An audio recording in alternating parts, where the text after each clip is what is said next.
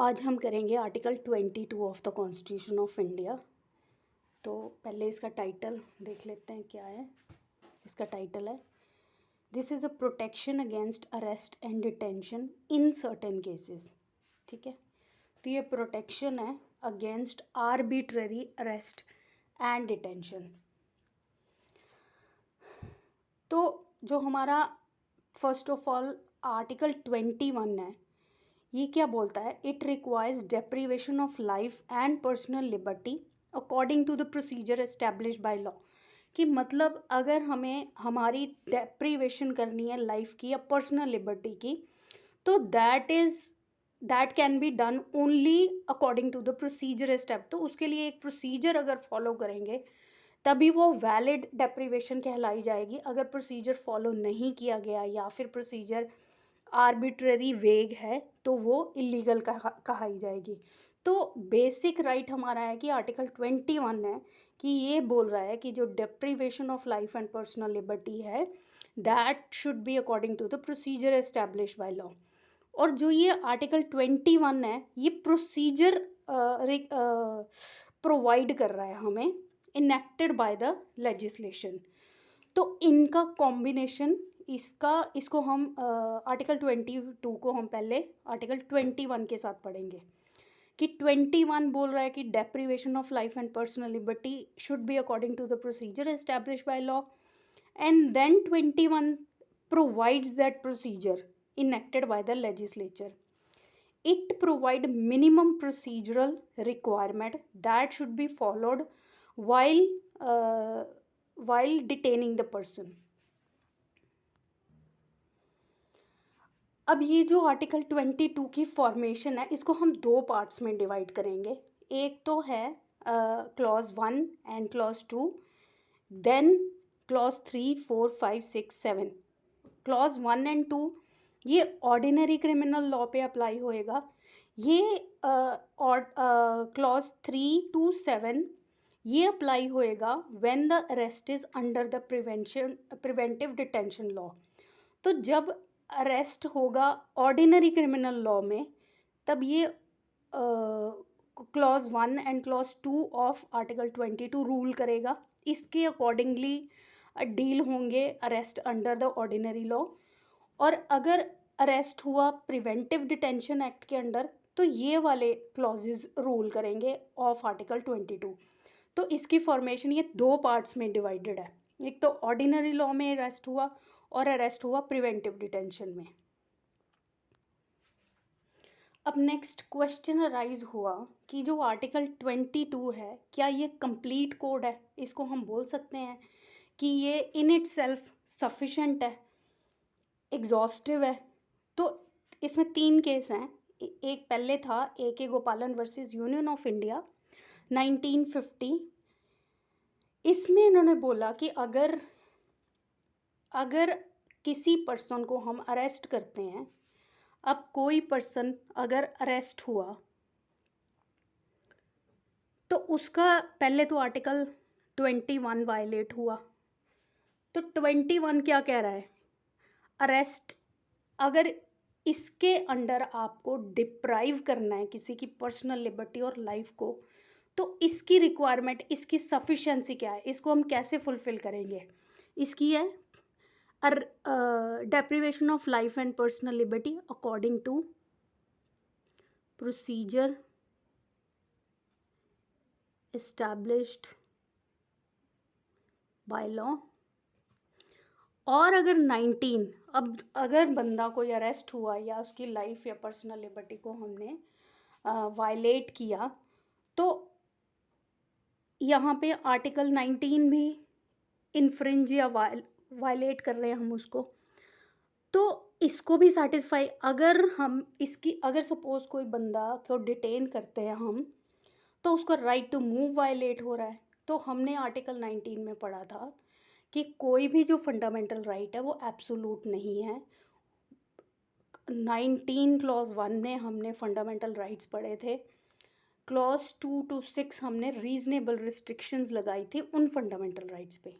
तो अगर fundamental rights पे रीजनेबल रिस्ट्रिक्शन लगाई जाती हैं, अगर उसको इन्फ्रिंज किया जाता है तो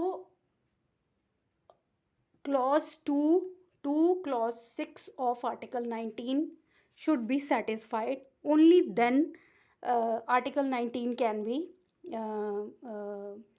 restricted to a person. ठीक है.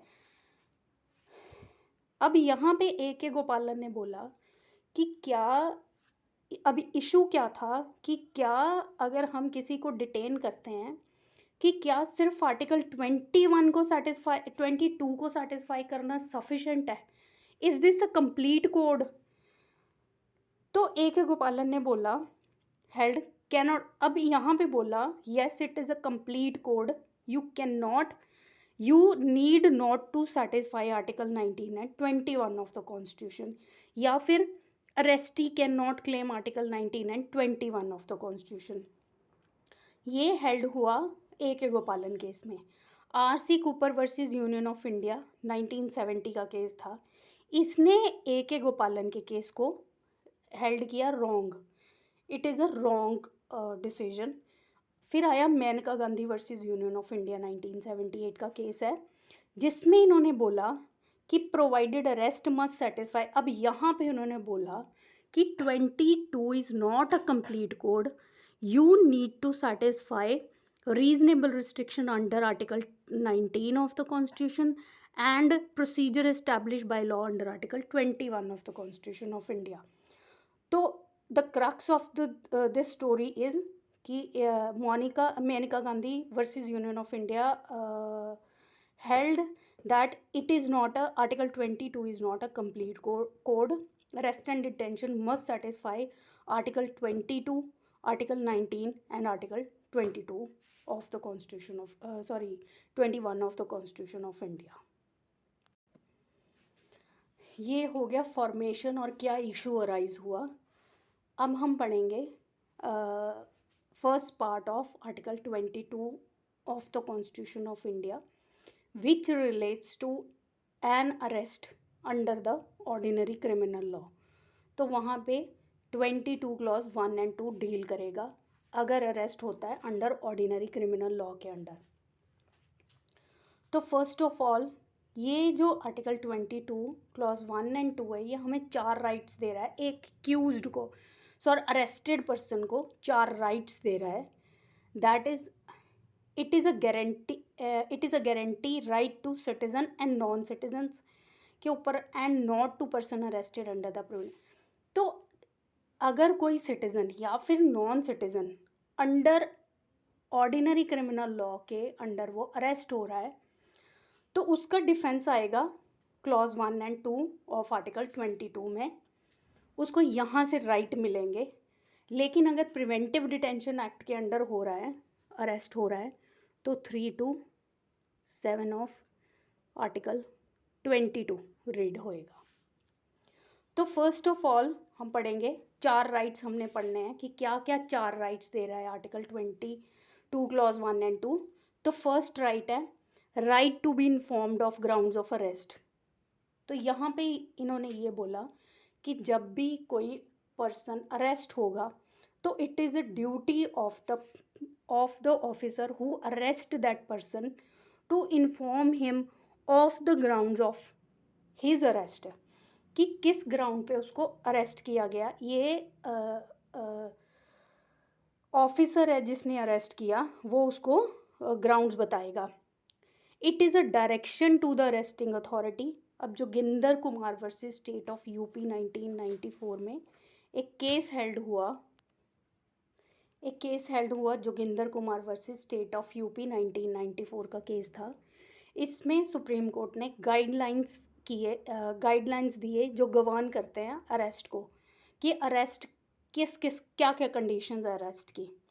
तो मेन ऑब्जेक्ट क्या था इसका, to strike a balance between needs of the PO and protection of human rights of the arrestee.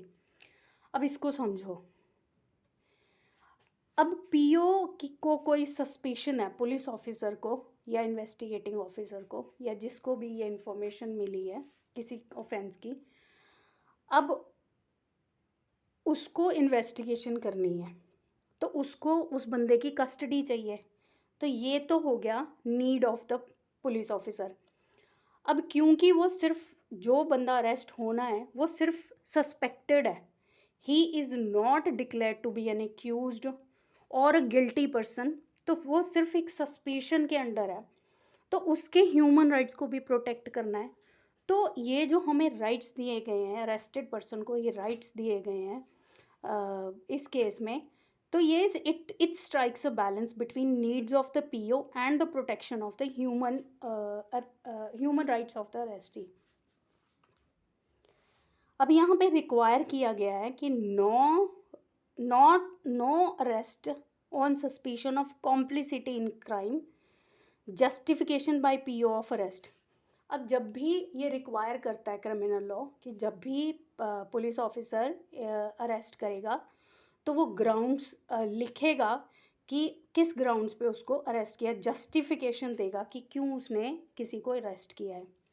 अब गाइडलाइंस क्या थी इस केस में, to inform one of his known of arrest. अब जो कोई भी बंदा अरेस्ट हुआ, सपोज ए अरेस्ट हुआ, अब इसको ये हक है कि वो किसी भी अपने फैमिली फ्रेंड्स नोन को, और जिस बंदे को उसके उसमें इंटरेस्ट है उसको इन्फॉर्म करे कि वो अरेस्ट हो चुका है और उसको कहाँ पे डिटेन कर रखा है। PO who arrest him will tell him of his. अब ये पुलिस ऑफिसर जिसने इसको अरेस्ट किया उसकी ड्यूटी बनती है उसको इस राइट के बारे में बताना कि वो इन्फॉर्म कर सकता है अपने किसी रिलेटिव को। Entry to whom he told of.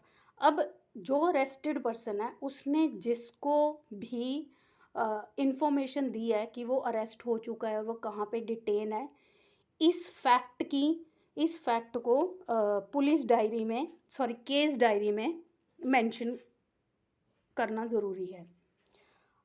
अब एक नोट करने वाली बात क्या है इसमें,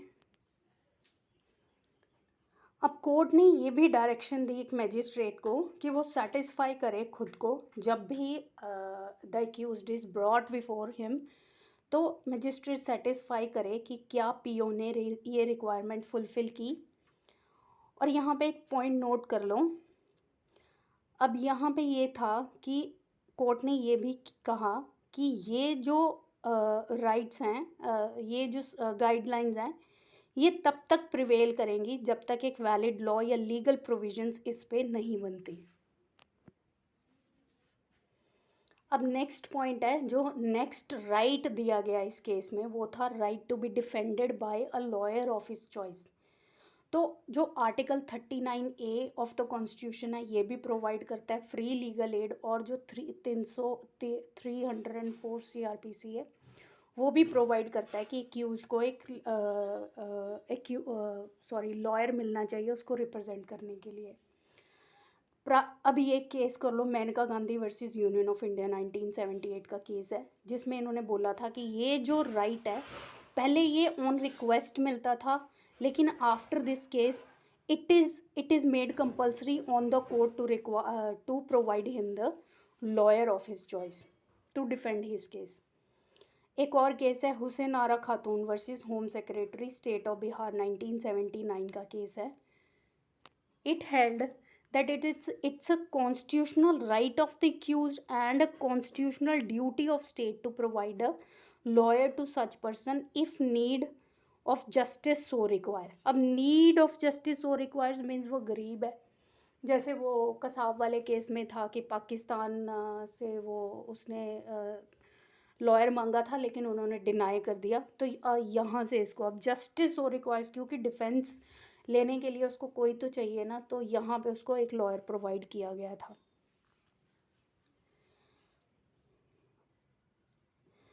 अब अगर free legal service are not provided the trial itself may be vitiated as contravening article 21, article 39A and 304 CRPC इसको राइट यहाँ पे राइट दे रहे हैं।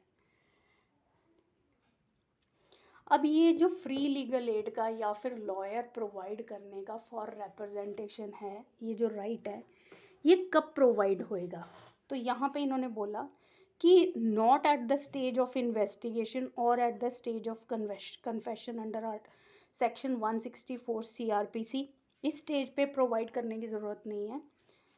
Because object of criminal law is to find truth, not to shield accused from consequence of his wrongdoing. Duty of magistrate when accused is brought before court to inform him of this right. तो जब उसको accused को brought before the magistrate, only then he is provided with this right. अब next point है right to be produced before magistrate. अब यहाँ पे section 57 of the CRPC read with 167 CRPC इसको हम पढ़ेंगे. अब ये एक्यूज का यहाँ पे ये प्रोवाइड किया गया है कि with in the 24 hours of the arrest of a person he should be produced before the magistrate. It is a requirement, it is a compulsion कि उसको जब एक बंदा मंडे को अरेस्ट हुआ तो उसको 24 hours के बीच बीच में एक्सक्लूडिंग द ट्रैवलिंग उसको मजिस्ट्रेट के नियरेस्ट मजिस्ट्रेट के आगे पेश किया जाएगा. ये हमें प्रोवाइड करता है 57. अब यहाँ पे ये है कि इसका मेन मकसद क्या है कि कई बार क्या होता है कि जो PO है वो अरेस्ट शो नहीं करता और ऐसे सस्पेक्टेड पर्सन को उठा के उनकी इन्वेस्टिगेशन करते हैं, कई बार 3rd डिग्री टॉर्चर वगैरह करते हैं. तो इसको अवॉइड करने के लिए ये रिक्वायरमेंट की गई है हमारे क्रिमिनल लॉ में कि जब भी अरेस्ट होएगा बंदा उसको उस बंदे को मजिस्ट्रेट के आगे पेश करना कंपल्शन है. और जो 24 hours की कस्टडी पुलिस के पास जो जिसने भी अरेस्ट किया उसके पास होएगी, लेकिन beyond 24 hours the custody whether it is judicial और police custody that is to be according to section 167 CRPC of the constitution of India. तो वो बाद में इसके बाद जो भी कस्टडी होएगी वो जुडिशियल कस्टडी होएगी. ये सिर्फ वही कि करप्ट मीन्स ना फॉलो किए जाएं उसको अरेस्ट इन चीज़ों को अवॉइड करने के लिए. और 4th पॉइंट में भी यही है, नो डिटेंशन बियॉन्ड 24 hours. ये भी 167 CRPC है. Detention according to the 167 CRPC of the constitution of India. अब ये जो आर्टिकल 22 क्लॉज 1 and 2 है ये किस पे अप्लाई नहीं हो रहा. Person arrested under warrant issued by a court for criminal और क्वासी क्रिमिनल कंप्लेंट और सिक्योरिटी प्रोसीडिंग. अब इसका मतलब ये है कि अब जैसे हम ऑफेंसेस पढ़ते हैं कॉग्निजेबल, नॉन कॉग्निजेबल,